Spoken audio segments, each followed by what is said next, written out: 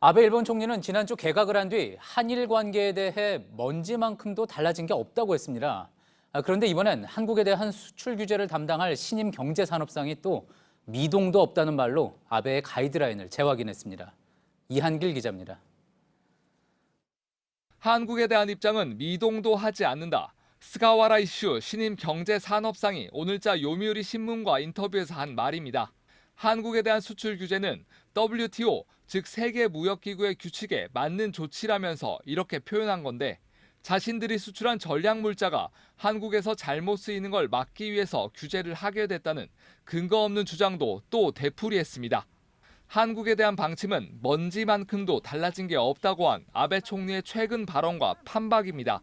수출 규제의 책임을 모두 한국에 돌리면서 한국이 물러서지 않으면 일본은 해줄 게 없다는 논리입니다. 다른 장관들도 아베 총리의 가이드라인을 충실히 따르고 있습니다.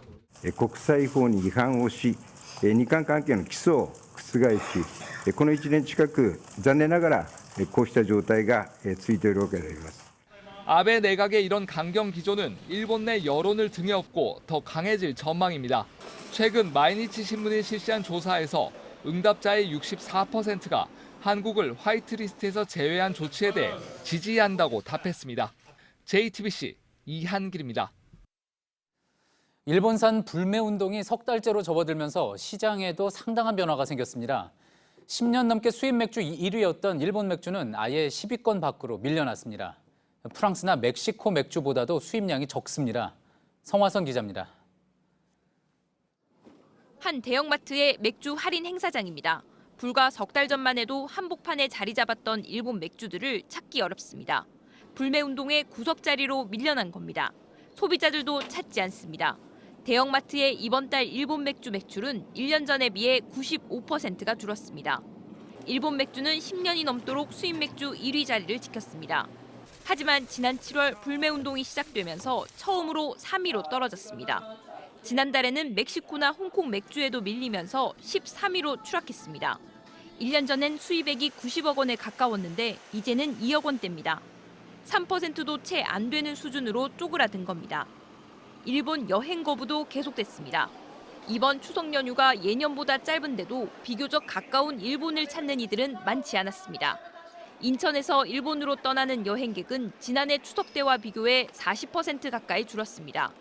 전체 여행객은 4% 정도만 줄어든 만큼 일본 거부 움직임이 또렷합니다. JTBC 성화선입니다.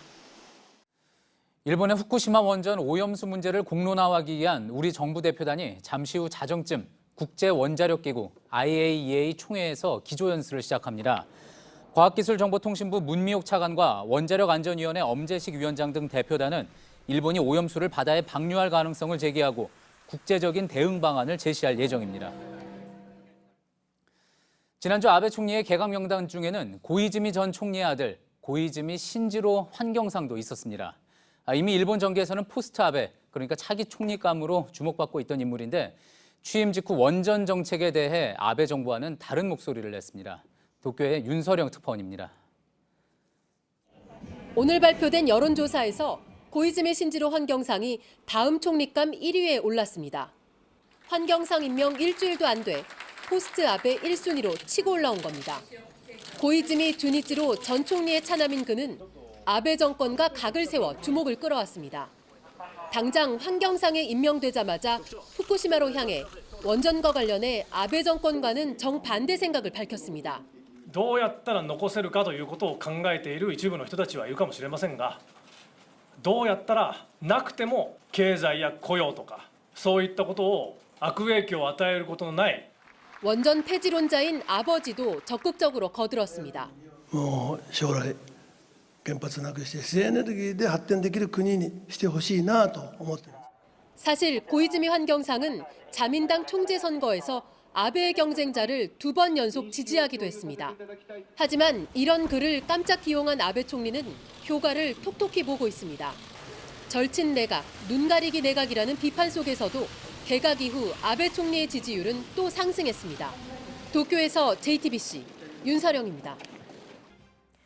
도쿄올림픽은 8년 전 원전 사고가 난 후쿠시마 인근에서 축구, 야구 경기를 하기로 해서 불안을 키우고 있죠. 여전히 그곳은 방사능 피폭 위험이 도사리고 있기 때문인데요. 해당 지역에서도 파열음이 들리기 시작했습니다. 일본 정부가 올림픽만 치르라고 할 뿐 긍정적 지원은 없다는 불만입니다. 김나한 기자입니다. 도쿄올림픽 축구 경기가 열릴 미야기 스타디움은 2011년 원전 사고가 난 후쿠시마에서 100km 정도 떨어져 있습니다. 동일본 대지진 피해 지역으로 또 방사능 위험에 대한 불안이 도사리고 있는데 전 세계 언론을 초청한 자리에선 다른 불만이 터져나왔습니다. There's no help from the government. Where does all money go? I don't know. 정작 올림픽 경기를 준비해야 할 지역에 일본 정부의 지원이 없다고 반발한 겁니다. 基本的にはそれぞれの自治体が自分たちでやりましょうというルールに1円もっていうとあれですけども国からはございません。 도쿄올림픽을 통해 후쿠시마 일대의 재건을 내세우려는 일본 정부의 의지와 달리 해당 재난 지역에선 파열음이 들리기 시작했습니다.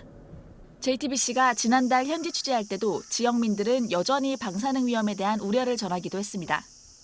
최근 후쿠시마 오염수를 바다에 방류하겠다는 일본 환경상의 발언에 일본 어민들의 반발도 터져나왔습니다. 1년도 남지 않은 도쿄올림픽, 후쿠시마 일대를 내세우며 다 괜찮다며 밀어붙이는 일본 정부와 달리 일본 곳곳에선 우려의 목소리도 나오고 있습니다. JTBC 김나한입니다.